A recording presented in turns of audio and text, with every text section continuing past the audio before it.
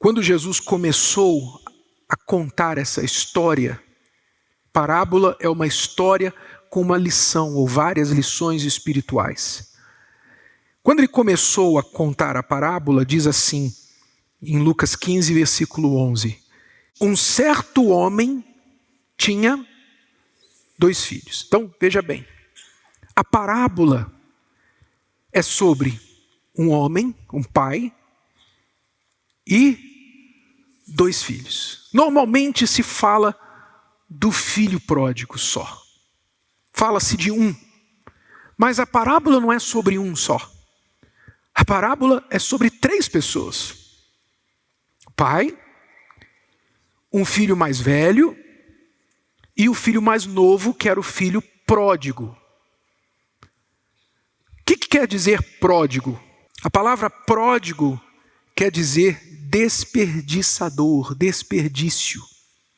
O filho pródigo, ele foi assim chamado porque ele desperdiçou a herança do pai. Como ele não teve que trabalhar para ganhar nada, então aquilo veio fácil e ele jogou tudo fora. E muitas pessoas que não tiveram de passar pelas lutas da vida para conquistar o que elas têm, então elas acabam desperdiçando. E como diz o ditado, só dá valor depois que perde. Quando ele perdeu, o filho pródigo perdeu, quando ele se achou lá na lama, porque ele chegou na lama, a situação dele era tão precária que ele, com fome, querendo comer, ele queria comer a comida dos porcos e o dono dos porcos não deixava ele comer. Aí ele falou assim, os funcionários do meu pai, os empregados do meu pai, têm uma vida muito melhor do que a que eu estou tendo aqui agora. Quer dizer, ele pensou. Ele era pródigo, era, digamos, mimado, malcriado, mas pelo menos não foi burro. Ele pensou. E ele disse assim, eu vou voltar para a casa do meu pai. E vou pedir para o meu pai que pelo menos me aceite como um dos seus empregados. Porque eu sei que eu não mereço mais ser filho dele. Então, ele decidiu voltar. Ele tomou essa decisão, esperando que o pai iria jogar na cara dele e falar, não te avisei? Mas a recepção do pai foi completamente diferente. O pai, quando viu o filho ao longe, chegando todo sujo, maltrapilho, correu para abraçar o filho. Correu. E aí diz a partir do versículo 25, que quando ele voltou, o pai o trouxe para casa, e aí o seu filho mais velho, o irmão do filho pródigo, o seu filho mais velho estava no campo. E quando veio e chegou perto de casa, ouviu a música e as danças. E chamando um dos servos, perguntou-lhe o que era aquilo. E ele lhe disse, veio teu irmão e teu pai matou o bezerro cevado, porque o recebeu são e salvo. Mas ele, o irmão mais velho, se o quê? Se indignou e não queria entrar. E saindo seu pai, rogava-lhe que entrasse com ele. Mas respondendo ele, disse ao pai, eis que te sirvo há tantos anos, sem nunca transgredir o teu mandamento. E nunca me deste um cabrito para alegrar-me com os meus amigos. Vindo, porém, quem? Olha como ele fala do irmão dele. Olha como ele fala com o pai e como ele fala do irmão. Vindo, porém, este teu filho, que desperdiçou os teus bens com as meretrizes, com prostitutas, mataste o bezerro cevado. Quer dizer, o filho mais velho, que tinha andado certinho, trabalhado, vivido a vida certinha em casa, ficou magoado. Quer dizer, o que ele queria que o pai fizesse? O que você acha que o filho mais velho queria que o pai fizesse com o irmão mais novo? Rejeitasse, ou então fizesse ele pagar. Agora você vai trabalhar aqui como um funcionário mesmo, você vai pagar tudo que você desperdiçou. Quer dizer, o irmão mais velho queria o quê? Justiça, não é isso? Justiça. E esse sentimento de justiça, de querer ver as coisas justas acontecerem, faz a pessoa perder a visão de quem Deus realmente é. Deus é justiça, sim. Mas Jesus falou que há 3 pilares principais da lei. Justiça, primeiro. Segundo, o quê? Misericórdia, que é o equilíbrio da justiça. Se você só for justo o tempo todo, você vai acabar cometendo injustiça. Então, para que haja equilíbrio, Jesus disse, a base da lei são 3 coisas.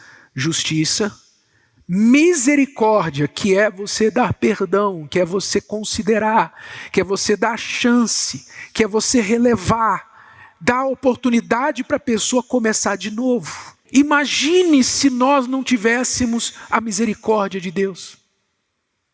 Imagine. O que seria de nós se Deus fosse nos tratar somente com justiça?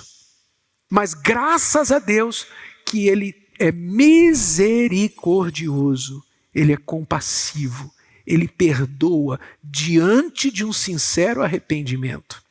Deus é perdoador. A Bíblia diz que Ele é riquíssimo em perdoar, riquíssimo em misericórdia. Então foi isso que o pai na parábola fez. O pai aqui representa Deus.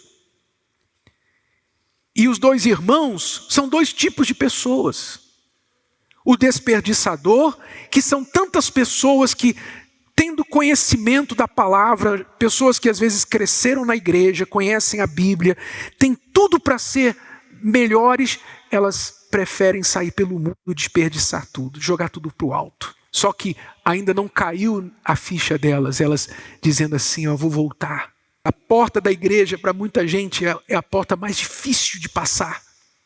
É a porta mais difícil, porque o orgulho da pessoa, eu vou voltar, todo mundo vai ficar falando que eu errei, que eu fiz isso, fiz aquilo, agora eu estou voltando arrependido, igual com um cachorro molhado, com o rabo entre as pernas. E a pessoa com orgulho, ela não quer voltar. O filho pródigo, ele se humilhou. E por causa da humildade dele, teve chance para ele. A humildade desarma. Quando você erra e você é sinceramente, não é de teatro não, não é para fazer média não. Quando você sinceramente se humilha para alguém depois de ter errado, a sua humildade quebra a pessoa. Porque a sua humildade mostra que você já está se castigando. Você já sabe que você errou. Então, para que eu vou novamente punir você, se você já está se punindo? A humildade quebra o gelo, quebra as rixas, quebra as divisões. Tem muita gente aqui que só precisa ser um pouquinho humilde para restaurar o casamento, para restaurar o relacionamento com o pai, com a mãe, com o irmão.